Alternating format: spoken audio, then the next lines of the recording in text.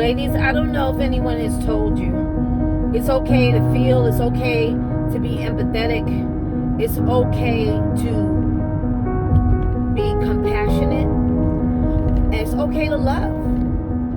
All right? But do none of those things without boundaries.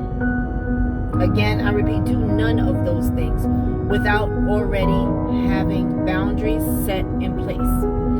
What are boundaries? Simply put, a limit to all that. How far it can go without it costing you too much. What does it cost us?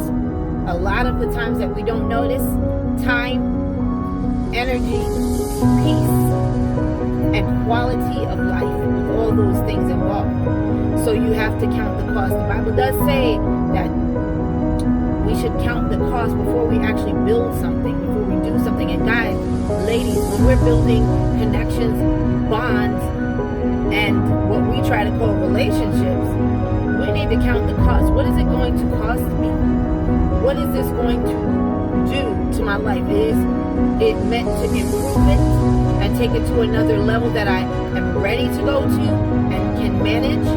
Or is it going to occupy space, time, and energy that I can't afford to use until I have myself in a place, in a space that I can manage it better? Because remember, just like back in the day when your mom said you gotta finish what's on your plate because you put too much on your plate, or you asked for too much, or you should have said it was too much in the beginning.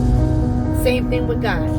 When we pour all this stuff on ourselves, when we all, ladies and gentlemen, take on more than we are able to manage, we still have to eat all of it, what's on our plate, and the consequences that come along with it. Because a lot of times we're fine as long as it serves us and it's something that we want, or we enjoy, or we're excited about. But when all that stuff is gone and no more excitement, we don't really want it anymore.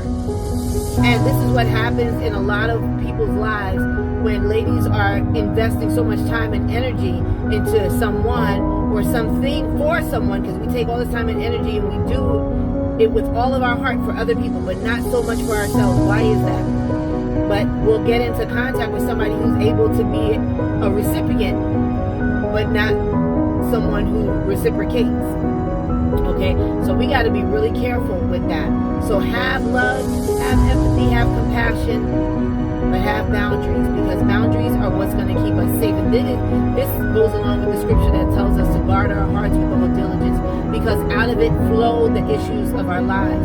That means what the decisions we make and what comes out of us, what we're able to produce, is going to be based on the condition of our hearts. And if our hearts are warped, if they are bitter, if they are angry, if they're held hostage or paralyzed by toxic relationships, that's what's going to pour out.